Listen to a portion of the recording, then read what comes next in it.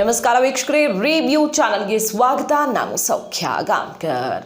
BL Santosh hit ಲಿಸ್ಟ್ನಲ್ಲಿ ಯಾರ್ಯಾರಿದ್ದಾರೆ, ಯಾರ್ಯಾರಿಗೆಲ್ಲ ಟಿಕೆಟ್ ಮಿಸ್ ಆಗುವ ದಟ್ಟ ಸಾಧ್ಯತೆಗಳಿವೆ.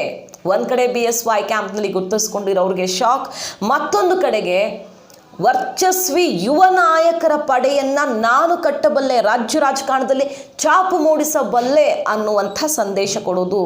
ಹೇಗೆ ತೇಜಸ್ವಿ ಸೂರ್ಯ, ಪ್ರತಾಪ್ ಸಿಂಹ ಇವರ ಆಯ್ಕೆ ಪಕ್ಷಕ್ಕೆ ಅಸೆಟ್ ಆಯಿತು ಅಂತ ಹೈಕಮಾಂಡ್ ನಂಬಿದೆಯೋ, ಅದೇ ರೀತಿ ಹೊಸ ಆಯ್ಕೆಗಳು ನನ್ನ ಬಳಿ ಇವೆ ಅಂತ ಹೈಕಮಾಂಡ್ಗೆ ಮನವರಿಕೆ ಮಾಡಿಕೊಡೋದಕ್ಕೀಗ ಪಟ್ಟಿ ರೆಡಿ ಮಾಡಿದ್ದಾರೆ. ಹಾಗಾದರೆ ಆ ಹಿಟ್ ಲಿಸ್ಟ್ನಲ್ಲಿರೋರು ಯಾರು, ಯಾರ್ಯಾರಿಗೆಲ್ಲ ಅದೃಷ್ಟ ಖುಲಾಯಿಸಬಹುದು, ಸಂತೋಷ್ ಅವರ ಸ್ಟ್ರಾಟಜಿ ಏನು? ವೆರಿ ಇಂಟ್ರೆಸ್ಟಿಂಗ್ ವಿಚಾರ ನಿಮ್ಮ ಮುಂದೆ ಇಡ್ತಾ ಇದೀವಿ. ಮಿಸ್ ಮಾಡಿದ್ರೆ ನಮ್ಮ ಚಾನಲ್ನ ಸಬ್ಸ್ಕ್ರೈಬ್ ಮಾಡಿ, ಬೆಲ್ ಬಟನ್ ಕ್ಲಿಕ್ ಮಾಡಿದ್ರೆ ಎಲ್ಲ ಅಪ್ಡೇಟ್ಸ್ ನಿಮ್ಮನ್ನು ತಲುಪುತ್ತೆ. ಎಸ್ ವೀಕ್ಷಕರೇ, BJP ಹೈಕಮಾಂಡ್ ಹೆಚ್ಚಿನ ಪ್ರಮಾಣದಲ್ಲಿ ತಲೆ ಕೆಡಿಸ್ಕೊಂಡಿರೋದು 2024 ಚುನಾವಣೆಯ ಬಗ್ಗೆ. ಇನ್ನೇನು ಗುಜರಾತ್ ಚುನಾವಣೆ ಬಂದೇ ಬಿಡ್ತು, ಆಮೇಲೆ ಕರ್ನಾಟಕ, ಈ ಥರ ಸಾಲು ವಿಧಾನಸಭಾ ಚುನಾವಣೆಗಳು ಬೇರೆ ಬೇರೆ ರಾಜ್ಯಗಳಲ್ಲಿ ನಡೀತಾವೆ. ಅದ್ರ ಬಗ್ಗೆನೂ ಎಲ್ಲ ತಯಾರಿ ಮಾಡ್ಕೊಳ್ತಿದ್ದಾರೆ. ಆದರೆ ಮೇನ್ ಟಾರ್ಗೆಟ್ ಇರೋದು 2024 ಚುನಾವಣೆ, 3ನೇ ಅವಧಿಗೆ ಮೋದಿ ನೇತೃತ್ವದಲ್ಲಿ BJP ಜನರ ಮುಂದೆ ಹೋಗಬೇಕಾಗಿರೋದ್ರಿಂದ ಅಷ್ಟು ಸುಲಭ ಇಲ್ಲ.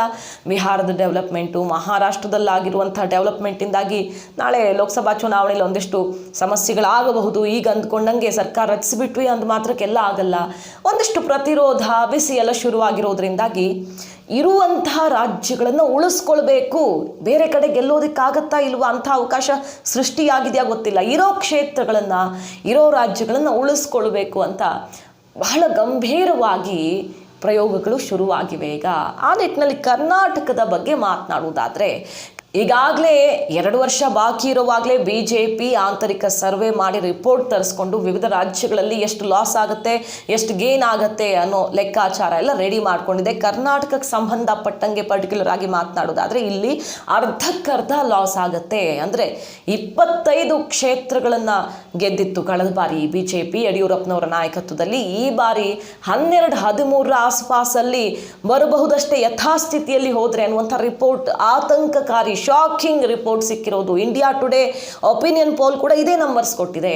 ಕಾಂಗ್ರೆಸ್ 13, BJP 13. ಈ ಕ್ಷಣಕ್ಕೇನಾದರೂ ಚುನಾವಣೆ ನಡೆದರೆ ಕರ್ನಾಟಕದಲ್ಲಿ ಲೋಕಸಭಾ ಚುನಾವಣೆ ಆದರೆ ಅಂತ ಈ ರೀತಿ ಸರ್ವೆ ರಿಪೋರ್ಟ್ಗಳನ್ನೇ ಆಧಾರವಾಗಿ ಇಟ್ಕೊಂಡು ಅಂತಲ್ಲ, BJP ತನ್ನದೇ ಆದ ಆಂತರಿಕ ಸರ್ವೆಯನ್ನು ಮಾಡಿಸೇ ಇರುತ್ತೆ. ಆ ಆಧಾರದಲ್ಲಿ ಈಗ ಬಿಗ್ ಸರ್ಜರಿಗೆ ಮುಂದಾಗ್ತಾ ಇದೆ.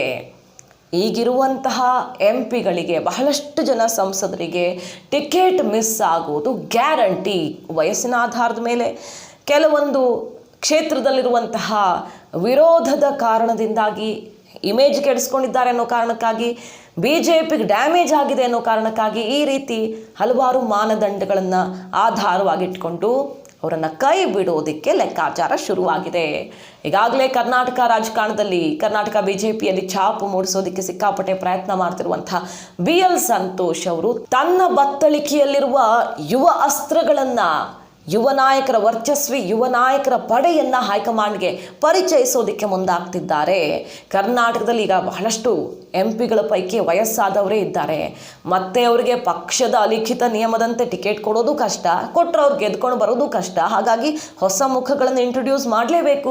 ಹೇಗೆ ಹಿಂದೆ ಪ್ರತಾಪ್ ಸಿಂಹ ಅವರನ್ನು ಒಬ್ಬ ಜರ್ನಲಿಸ್ಟ್ಗೆ ಟಿಕೆಟ್ ಕೊಟ್ಟು ಗೆಲ್ಲಿಸ್ಕೊಂಡ್ರು, ತೇಜಸ್ವಿ ಸೂರ್ಯ ಅವರು ಕೂಡ ಸಂತೋಷ್ ಅವರ ಆಯ್ಕೆ. ಈ ರೀತಿ ಈ ಯುವ ನಾಯಕರುಗಳೀಗ BJPಗೆ ರಾಷ್ಟ್ರ ಮಟ್ಟದಲ್ಲಿ ಅಸೆಟ್ ಆಗಿದ್ದಾರೆ. ತೇಜಸ್ವಿ ಸೂರ್ಯ ಅವರು ರಾಷ್ಟ್ರವ್ಯಾಪಿ ಸದ್ದು ಮಾಡ್ತಿದ್ದಾರೆ.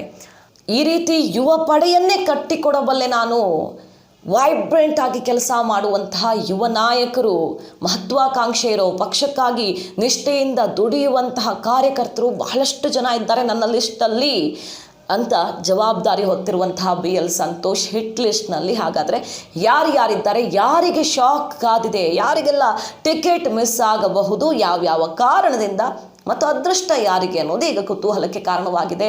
ಈ ಚರ್ಚೆ ಹೊಸದಾಗಿ ಬಂದಿರೋದು ಯಾಕೆ ಅಂತ ಕೇಳಿದ್ರೆ, MPಗಳ ಪೈಕಿ 25 ಜನರ ಪೈಕಿ ಯಾರನ್ನ ಕೈ ಬಿಡಬೇಕು ಅನ್ನೋ ನಿಟ್ಟಿನಲ್ಲಿ ಮತ್ತೊಂದು ಸುತ್ತಿನ ಆಂತರಿಕ ಸರ್ವೆ ಶುರುವಾಗಿದೆ. ಈಗ ನಿರ್ಮಲ್ ಕುಮಾರ್ ಸುರಾನಾ ಅವರು ಒಂದು ಸ್ಟೇಟ್ಮೆಂಟ್ ಕೊಟ್ಟಿದ್ದಾರೆ. ಮಾಧ್ಯಮಗಳ ಪ್ರಶ್ನೆಗೆ ಇಂತಹ ಬದಲಾವಣೆಗಳನ್ನು ಚುನಾವಣೆ ಹೊತ್ತಲ್ಲಿ ನಿರೀಕ್ಷಿಸಬಹುದು. ಇನ್ನು ಪ್ರೈಮರಿ ಸ್ಟೇಜಲ್ಲಿದೆ, ಟಿಕೆಟ್ ಫೈನಲ್ ಮಾಡೋ ವಿಚಾರ, MP ಎಲೆಕ್ಷನ್ಗೆ ಟೈಮ್ ಇದೆ, ಆದರೆ ಬದಲಾವಣೆಗಳನ್ನು ನಿರೀಕ್ಷಿಸಬಹುದು ಅಂತ ಹೇಳಿಕೆ ಕೊಟ್ಟಿದ್ದಾರೆ. ಯಾಕೆ ನಿರ್ಮಲ್ ಕುಮಾರ್ ಸುರಾನಾ ಅವರ ಸ್ಟೇಟ್ಮೆಂಟೇ ಇಂಪಾರ್ಟೆಂಟ್ ಆಗುತ್ತೆ ಅಂದರೆ, ವಿಧಾನಸಭಾ ಚುನಾವಣೆ ಮತ್ತು ಲೋಕಸಭಾ ಚುನಾವಣೆ ದೃಷ್ಟಿಯಿಂದ BJP ಹೈಕಮಾಂಡ್ ನಡೆಸ್ತಾ ಇರುವಂಥ ಆಂತರಿಕ ಸರ್ವೆ ಟೀಮಲ್ಲಿ ಅವರು ಕೂಡ ಇದ್ದಾರೆ. ಇತ್ತೀಚೆಗಷ್ಟೇ ಅಮಿತ್ ಶಾ ಅವರು ರಾಜ್ಯಕ್ಕೆ ಆಗಮಿಸಿದಾಗ ಏನೇ ದೂರುಗಳಿದ್ರೂ ಹೇಳಿ, ಬದಲಾವಣೆಯ ಬಳಿಕ ಹೇಳಬೇಡಿ ಅಂತ ಅವರು ಮಾತನಾಡಿದ್ದು ರಾಜ್ಯ BJP ನಾಯಕರಲ್ಲಿ ಕಳವಳಕ್ಕೆ ಕಾರಣ ಆಗಿತ್ತು. ಬದಲಾವಣೆಯ ಸುಳಿವನ್ನು ಕೊಟ್ಟಿತ್ತು ನಿರ್ಮಲ್ ಕುಮಾರ್ ಸುರಾನಾ ಅವರು ಕೊಡುವಂಥ ರಿಪೋರ್ಟ್. ಹಾಗಾಗಿ ಬಹಳ ಇಂಪಾರ್ಟೆಂಟ್ ಆಗುತ್ತೆ. ಅವರು ಕೊಟ್ಟಿರೋ ಸ್ಟೇಟ್ಮೆಂಟ್, ಬದಲಾವಣೆ ನಿರೀಕ್ಷಿಸಬಹುದು MP ಎಲೆಕ್ಷನಲ್ಲಿ ಅಂತ. ಕರ್ನಾಟಕದ 28 ಲೋಕಸಭಾ ಕ್ಷೇತ್ರಗಳಿಂದ ಮಾಹಿತಿಯನ್ನು, ಇಂಚಿಂಚು ಮಾಹಿತಿಯನ್ನು ಕಲೆ ಹಾಕಿ ಫೈನಲ್ ರಿಪೋರ್ಟ್, ಆ ಸಂಸದರ ರಿಪೋರ್ಟ್ ಕಾರ್ಡ್ ರೆಡಿ ಆಗ್ತಿದೆ. ಈ ಆಂತರಿಕ ಸರ್ವೆ ಟೀಮಲ್ಲಿ ನಿರ್ಮಲ್ ಕುಮಾರ್ ಸುರಾನಾ ಅವರು ಇರೋದ್ರಿಂದಾನೇ ಅವರ ಸ್ಟೇಟ್ಮೆಂಟ್ ಇಂಪಾರ್ಟೆಂಟ್ ಆಗಿರೋದು. ಸಂತೋಷ್ ಅವರು, BL ಸಂತೋಷ್ ಅವರು ಇಲ್ಲಿನ ನಾಯಕರುಗಳಿಗೆ ಟಾಸ್ಕ್ ಕೊಟ್ಟಿದ್ದಾರೆ. RSS ಬಹಳ ಹತ್ತಿರದಿಂದ ಗಮನಿಸ್ತಾ ಇದೆ ಯಾವ್ಯಾವ ಸಂಸದರ ಕೆಲಸ ಹೇಗಿದೆ, ಅವ್ರ ಬಗ್ಗೆ ಅಭಿಪ್ರಾಯ ಹೇಗಿದೆ ಅನ್ನೋದನ್ನು ಆಧಾರವಾಗಿಟ್ಟುಕೊಂಡು, ವಿವಿಧ ಮಾನದಂಡಗಳನ್ನು ಆಧಾರವಾಗಿಟ್ಕೊಂಡು ಟಿಕೆಟ್ ಫೈನಲ್ ಆಗುತ್ತೆ. ಹಾಗಾದರೆ ಯಾರಿಗೆ ಆತಂಕ ಶುರುವಾಗಿದೆ ಅನ್ನೋದನ್ನು ನೋಡೋದಾದರೆ, ವಯಸ್ಸಿನ ಕಾರಣ ಇಲ್ಲಿ ಪ್ರಮುಖವಾಗಿದೆ. ಅದರ ಜೊತೆಗೆ ಕೆಲವರು ಯಡಿಯೂರಪ್ಪನವರ ಕ್ಯಾಂಪಲ್ಲಿ ಗುರುತಿಸ್ಕೊಂಡಿರೋರಿದ್ದಾರೆ, ಇನ್ಯಾಕ್ಟಿವ್ ಆಗಿರೋರಿದ್ದಾರೆ, ಹೆಸರು ಕೆಡಿಸ್ಕೊಂಡವರಿದ್ದಾರೆ. ಇಂಥವ್ರಿಗೆಲ್ಲ ಕೊಡೋದು ಗ್ಯಾರಂಟಿ. ಈಗ ತುಮಕೂರು ಬಸವರಾಜ್ ಅವರು ಆಲ್ರೆಡಿ ಕಳೆದ ಬಾರಿ ಟಿಕೆಟ್ ಕೊಟ್ಟಿದ್ದೆ ಅಚ್ಚರಿ ಅನಿಸಿತ್ತು. ಅವ್ರಿಗೆ 80 ದಾಟೇ ಬಿಟ್ಟಿದೆ. ಈ ಬಾರಿ ಅಂತೂ ಅವ್ರಿಗೆ ಟಿಕೆಟ್ ಸಿಗುವ ಚಾನ್ಸೇ ಇಲ್ಲ. ಅಲ್ಲಿ ಮಾಧುಸ್ವಾಮಿ ಅವರು ಕೇಂದ್ರಕ್ಕೆ ಹೋಗುವ ಚಾನ್ಸ್ ಬಗ್ಗೆ, ಆ ಒಂದು ಸಾಧ್ಯತೆಯ ಬಗ್ಗೆ ಮಾತುಗಳು ಕೇಳಿ ಬರ್ತಾ ಇದ್ದಾವೆ. ಮೋದಿಯವರೇ ಮಾಧುಸ್ವಾಮಿ ಅವ್ರಿಗೆ ನೀವು ರಾಜಕಾರಣಕ್ಕಿಂತ ಕೇಂದ್ರಕ್ಕೆ ಹೆಚ್ಚು ಸೂಟ್ ಆಗ್ತೀರಿ ಅಂತ ಒಂದು ಸಲಹೆ ಕೊಟ್ಟಿದ್ದಾರೆ ಅನ್ನೋ ವಿಚಾರ. ಮಾಧುಸ್ವಾಮಿ ಅವರು ನರೇಂದ್ರ ಮೋದಿ ಅವ್ರ ಜೊತೆ ಒಳ್ಳೆ ಸಂಬಂಧ ಹೊಂದಿದ್ದಾರೆ. ಹಾಗಾಗಿ ತುಮಕೂರಿಂದ ಅವರು ಸ್ಪರ್ಧೆ ಮಾಡಬಹುದು, ಅವರು ಆಯ್ಕೆಯಾಗಬಹುದು, ಸಂಘದ ಆಯ್ಕೆಯಾಗಬಹುದು ಅನ್ನೋ ಸಾಧ್ಯತೆ ಕಂಡು ಬರ್ತಾ ಇದೆ. ಒಳ್ಳೆ ಸಂಸದೀಯ ಪಟು, ಭಾಷೆ, ಕಮ್ಯುನಿಕೇಷನ್ ಎಲ್ಲ ಚೆನ್ನಾಗಿರೋದ್ರಿಂದಾಗಿ ಅವ್ರಿಗೊಂದು ಉನ್ನತ ಸ್ಥಾನಮಾನ ಸಿಕ್ಕಿದ್ರೂ ಕೂಡ ಆಶ್ಚರ್ಯ ಪಡಬೇಕಾಗಿಲ್ಲ. ಹಾಗೆ ಶ್ರೀನಿವಾಸ್ ಪ್ರಸಾದ್ ಅವರು, ಚಾಮರಾಜನಗರ MP ಶ್ರೀನಿವಾಸ್ ಪ್ರಸಾದ್ ಅವ್ರಿಗೆ ವಯಸ್ಸಾಗಿದೆ. ಅವ್ರಿಗೂ ಕೂಡ ಈ ಬಾರಿ ಟಿಕೆಟ್ ಮಿಸ್ ಆಗೋದು ಬಹುತೇಕ ಪಕ್ಕ. ಅವರೇ ತಾನೇ ನಿವೃತ್ತಿ ಘೋಷಣೆ ಮಾಡ್ಕೊಂಡು ಬಿಟ್ಟಿದ್ದಾರೆ, ಮತ್ತೆ ಎಲೆಕ್ಷನ್ಗೆ ಸ್ಪರ್ಧೆ ಮಾಡೋದಿಲ್ಲ ಅಂತ. BN ಬಚ್ಚೇಗೌಡ ಅವರು, ಅವ್ರಿಗೂ ಪರ್ಯಾಯವಾಗಿ ಕ್ಷೇತ್ರದಲ್ಲಿ ರೆಡಿ ಮಾಡ್ತಾ ಇದೆ ಸಂಘ ಪರಿವಾರ ಅನ್ನೋ ಮಾತು ಕೇಳಿ ಬರ್ತಾ ಇದೆ. ಇನ್ನು ಉತ್ತರಕ್ಕೆ ಬಂದರೆ ಗದ್ದಿಗೌಡರಿದ್ದಾರೆ, ರಮೇಶ್ ಜಿಗಜಿಣಗಿ ಇದ್ದಾರೆ, ದಾವಣಗೆರೆ ಸಿದ್ದೇಶ್ವರ್ ಅವರು, ಸದಾನಂದ ಗೌಡರು ತಾನಾಗೇ ಸ್ಟೇಟ್ಮೆಂಟ್ ಕೊಟ್ಬಿಟ್ಟಿದ್ದಾರೆ. ನಮಗೆ ಪಕ್ಷ ಎಲ್ಲ ಕೊಟ್ಟಿದೆ, ಕೇಂದ್ರ ಸಚಿವರು ಆಗಿದ್ದೀವಿ, ಮುಖ್ಯಮಂತ್ರಿ ಆಗಿದ್ದೀನಿ, ಎಲ್ಲ ಹುದ್ದೆ ನಿಭಾಯಿಸಾಗಿದೆ. ಈಗ ನಾವು ಪಕ್ಷಕ್ಕೆ ವಾಪಸ್ ಕೊಡೋ ಟೈಮು, ಹೊಸೊಬ್ಬರಿಗೆ ಅವಕಾಶ ಮಾಡಿಕೊಟ್ಟು ನಾವು ಬ್ಯಾಕ್ ಸೀಟಲ್ಲಿ ಕೂತು ಪಕ್ಷ ಸಂಘಟನೆಗೆ ನಮ್ಮನ್ನು ನಾವು ತೊಡಗಿಸ್ಕೊಳ್ತೀವಿ, ಮತ್ತೊಬ್ಬರಿಗೆ ನಾವು ಜಾಗ ಬಿಟ್ಕೊಡೋಕ್ಕೆ ನಾವು ತುಂಬ ಖುಷಿಯಿಂದ ರೆಡಿ ಇದ್ದೀವಿ ಅಂತ ಹೇಳಿಕೆ ಕೊಡೋ ಮೂಲಕ ಮತ್ತೆ ಸ್ಪರ್ಧೆ ಮಾಡಲ್ಲ ಅನ್ನೋ ಸುಳಿವನ್ನು ಕೊಟ್ಟೇ ಬಿಟ್ಟಿದ್ದಾರೆ. ಸೊ ಸದಾನಂದ ಗೌಡ್ರಿಗೂ ಕೂಡ ಟಿಕೆಟ್ ಸಿಗಲ್ಲ ಅನ್ನೋದು ಬಹುತೇಕ ಪಕ್ಕ. ಬೆಂಗಳೂರು ಉತ್ತರ ಕ್ಷೇತ್ರ, ಸುಮಲತಾ ಅವ್ರನ್ನ ಕರ್ಕೊಂಡು ಬರಬಹುದು ಅನ್ನೋ ಚಾನ್ಸ್ ಇದೆ. ಮಂಡ್ಯದಲ್ಲಿ ಅವ್ರಿಗೆ ಸಮಸ್ಯೆ ಆಗಬಹುದು, ಮತ್ತೆ ನಿಂತರೆ ಅವ್ರು BJP ಸೇರ್ತಾರಾ ಇನ್ನೂ ಕನ್ಫರ್ಮ್ ಆಗಬೇಕು, ಕನ್ಫರ್ಮ್ ಆಗಿಲ್ಲ, ಕ್ಲಾರಿಟಿ ಸಿಕ್ಕಿಲ್ಲ. ಮಂಡ್ಯದಿಂದನೇ ಸ್ಪರ್ಧೆ ಮಾಡಿದ್ರೆ BJPಲಿರಲಿ ಅಥವಾ ಎಲ್ಲೇ ಇರಲಿ ಕಷ್ಟ ಆಗಬಹುದು ಅವ್ರಿಗೆ ಅನ್ನೋ ರಿಪೋರ್ಟ್ ಇರೋದ್ರಿಂದಾಗಿ ಅವರು ಬೆಂಗಳೂರು ಉತ್ತರಕ್ಕೆ ಬರೋ ಚಾನ್ಸ್ ಇದೆ. ಹೇಳೋದಕ್ಕಾಗಲ್ಲ ಕೊನೆ ಕ್ಷಣದಲ್ಲಿ ಏನಾಗುತ್ತೆ ಅಂತ. ಆದರೆ ಬೆಂಗಳೂರು ಉತ್ತರಕ್ಕೆ ಹೊಸ ಮುಖಕ್ಕಾಗಿ ಹುಡುಕಾಟ ಶುರುವಾಗಿದೆ. ಇನ್ನು ಬೆಳಗಾವಿ ಮಂಗಳ ಅಂಗಡಿಯವರು, ಆಗ ಸುರೇಶ್ ಅಂಗಡಿ ಅವ್ರು ತೀರ್ಕೊಂಡಾಗ ಎಲ್ಲರೂ ಒತ್ತಡ ಆಯಿತು ಅವ್ರ ಕುಟುಂಬಸ್ಥರಿಗೆ ಕೊಡಬೇಕು ಅಂತ. ಹಾಗಾಗಿ ಟಿಕೆಟ್ ಕೊಟ್ಟಿದ್ದಾಯಿತು. ಅಷ್ಟು ದೊಡ್ಡ ಅಂತರದಲ್ಲೇನು ಗೆಲ್ಲೋದಕ್ಕೆ ಸಾಧ್ಯ ಆಗಲಿಲ್ಲ. ಹಾಗಾಗಿ ಅವ್ರನ್ನೂ ಚೇಂಜ್ ಮಾಡ್ತಾರೆ. ಅಲ್ಲೂ ಹೊಸಬ್ರಿಗಾಗಿ ಹುಡುಕಾಟ ಶುರುವಾಗಿದೆ. ಕಾರ್ಯಕರ್ತರಿಗೆ ಅಂದರೆ ಪಕ್ಷದ ನಿಷ್ಠಾವಂತರಿಗೆ ಟಿಕೆಟ್ ಕೊಡೋದಕ್ಕೆ ಸಂಘದಿಂದ ಪರ್ಯಾಯ ಅಭ್ಯರ್ಥಿಯನ್ನು ಬೆಳೆಸೋ ಪ್ರಕ್ರಿಯೆ ಜಾರಿಯಲ್ಲಿದೆ. ಉತ್ತರ ಕನ್ನಡ ಹಿಂದುತ್ವದ fire brand, BJP fire brand ಅಂತ ಒಂದು ಕಾಲದಲ್ಲಿ ಸದ್ದು ಮಾಡಿದ್ದ, ಈಗ ಸೈಲೆಂಟ್ ಆಗಿರುವಂತಹ ಅನಂತಕುಮಾರ್ ಹೆಗಡೆ ಅವ್ರಿಗೂ ಟಿಕೆಟ್ ಮಿಸ್ ಆಗಬಹುದು. ಕಾಗೇರಿ ಅವರೇ ಕೇಂದ್ರಕ್ಕೆ ಹೋಗ್ತಾರೆ, ಅಂದರೆ MP ಎಲೆಕ್ಷನ್ಗೆ ನಿಲ್ತಾರೆ ಅನ್ನೋದೊಂದು ಮಾತು ಇದೆ. ನೋಡಬೇಕು. ಅನಂತಕುಮಾರ್ ಹೆಗಡೆ ಅವರು ರಾಜ್ಯಕ್ಕೆ ಬಂದರು, ಇಲ್ಲಿ ವಿಧಾನಸಭಾ ಚುನಾವಣೆಗೆ ಸ್ಪರ್ಧೆ ಮಾಡೋ ಬಗ್ಗೆ ಮನಸ್ಸಿದೆ ಅವ್ರಿಗೆ. ಡೆಲ್ಲಿಗೆ ಓಡಾಡೋಕೆ ಕಷ್ಟ ಆಗ್ತಿದೆ ಆರೋಗ್ಯದ ಕಾರಣದಿಂದಾಗಿ ಅನ್ನೋ ಮಾತನ್ನು ಅವರು ಆಪ್ತರ ಬಳಿ ಹೇಳ್ಕೊಂಡಿದ್ರು. ಅದು ಸಾಧ್ಯವಾಗುತ್ತಾ ಗೊತ್ತಿಲ್ಲ. ಚಕ್ರವರ್ತಿ ಸೂಲಿಬೆಲೆ ಅವರೆಲ್ಲ MP ಟಿಕೆಟ್ ಮೇಲೆ ಕಣ್ಣಿಟ್ಟಿದ್ರು ಉತ್ತರ ಕನ್ನಡದಿಂದ. ಬಟ್ ಈಗಾಗಿರೋ ಬೆಳವಣಿಗೆಗಳಲ್ಲಿ ಚಕ್ರವರ್ತಿ ಸೂಲಿಬೆಲೆ ಅವ್ರಿಗೆ ಅವಕಾಶ ಸಿಗತ್ತಾ? ಅದನ್ನು ಕಾದು ನೋಡಬೇಕು. ಒಟ್ಟಿನಲ್ಲಿ ಅಲ್ಲಿ ಪರ್ಯಾಯ ಅಭ್ಯರ್ಥಿಗಾಗಿ ಹುಡುಕಾಟ ಶುರುವಾಗಿದೆ. ಈ ರೀತಿ ಹಳಬರನ್ನು ಕೈ ಬಿಟ್ಟು ಬೇರೆ ಬೇರೆ ಕಾರಣಗಳಿಂದಾಗಿ ಅನ್ಫಿಟ್ ರಿಪೋರ್ಟ್ ಯಾರ್ಯಾರ ಬಗ್ಗೆ ಸಲ್ಲಿಕೆ ಆಗಿದೆಯೋ ಮತ್ತೊಂದು ಸುತ್ತಿನ ಸಮಾಲೋಚನೆ ನಡೀತಾ ಇದೆ. ಸಂಘದ ಕಡೆಯಿಂದ ಟಿಕೆಟ್ ಕೊಡಬೇಕಾ ಕೊಡಬಾರ್ದಾ ಅನ್ನೋ ನಿಟ್ಟಿನಲ್ಲಿ ಲೆಕ್ಕಾಚಾರಗಳು. ಪ್ರಮುಖವಾಗಿ ಯುವ ನಾಯಕರಿಗೆ ಅವಕಾಶ ಮಾಡಿಕೊಡ್ಬೇಕು ಅನ್ನೋದು ಯೋಚನೆ. ಸಂತೋಷ್ ಅವರು ಹೈಕಮಾಂಡ್ಗೆ ಕೊಟ್ಟಿರೋ ಭರವಸೆ ಏನಪ್ಪ ಅಂತ ಕೇಳಿದ್ರೆ, ಯುವ ನಾಯಕರ ಪಡೆಯನ್ನು ನಾನು ಕಟ್ಟಿಕೊಡಬಲ್ಲೆ. ಈಗ ಯಡಿಯೂರಪ್ಪನವ್ರು ಇಲ್ಲದೆ 25ರಲ್ಲಿ ಅರ್ಧನೂ ಗೆಲ್ಲೋದಕ್ಕಾಗಲ್ಲ ಅಂತಲ್ವ ಆಂತರಿಕ ಸರ್ವೆ ರಿಪೋರ್ಟ್ ಸಿಕ್ಕಿರೋದು.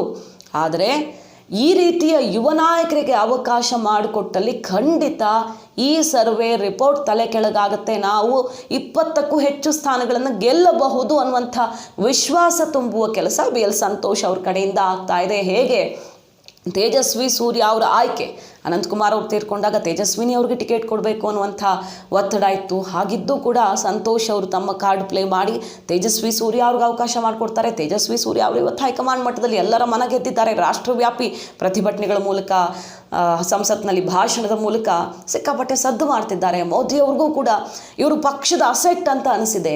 ಭವಿಷ್ಯದಲ್ಲಿ ಕರ್ನಾಟಕಕ್ಕೊಬ್ಬ ಒಳ್ಳೆಯ ನಾಯಕ ಸಿಕ್ಕದ ಅನ್ನುವಂಥ ಭರವಸೆ ಸಿಕ್ಕಿದೆ. ಈ ರೀತಿ 30-40 ವರ್ಷದ ಲೆಕ್ಕಾಚಾರ ಹಾಕ್ಕೊಂಡು, ಭವಿಷ್ಯದ ಲೆಕ್ಕಾಚಾರ ಹಾಕ್ಕೊಂಡು, ಭವಿಷ್ಯಕ್ಕೆ ನಾಯಕರ ಕೊರತೆ ಆಗದ ರೀತಿಯಲ್ಲಿ ಆಯ್ಕೆಗಳಿರಬೇಕು ಅನ್ನೋ ಸಲಹೆಯನ್ನು ನರೇಂದ್ರ ಮೋದಿ ಅವರೇ ಕೊಟ್ಟಿದ್ದಾರೆ. ನಾವು ನೆನಪು ಮಾಡ್ಕೊಳ್ಬಹುದು. ಅದೇ ದಾರಿಯಲ್ಲಿ ಸಾಗಿ ನಾನು ಪಕ್ಷಕ್ಕೆ ಬಲ ತುಂಬ್ತೀನಿ ಅನ್ನೋ ಟಾಸ್ಕನ್ನು ತಗೊಂಡಿರೋದು BL ಸಂತೋಷ್ ಅವರು.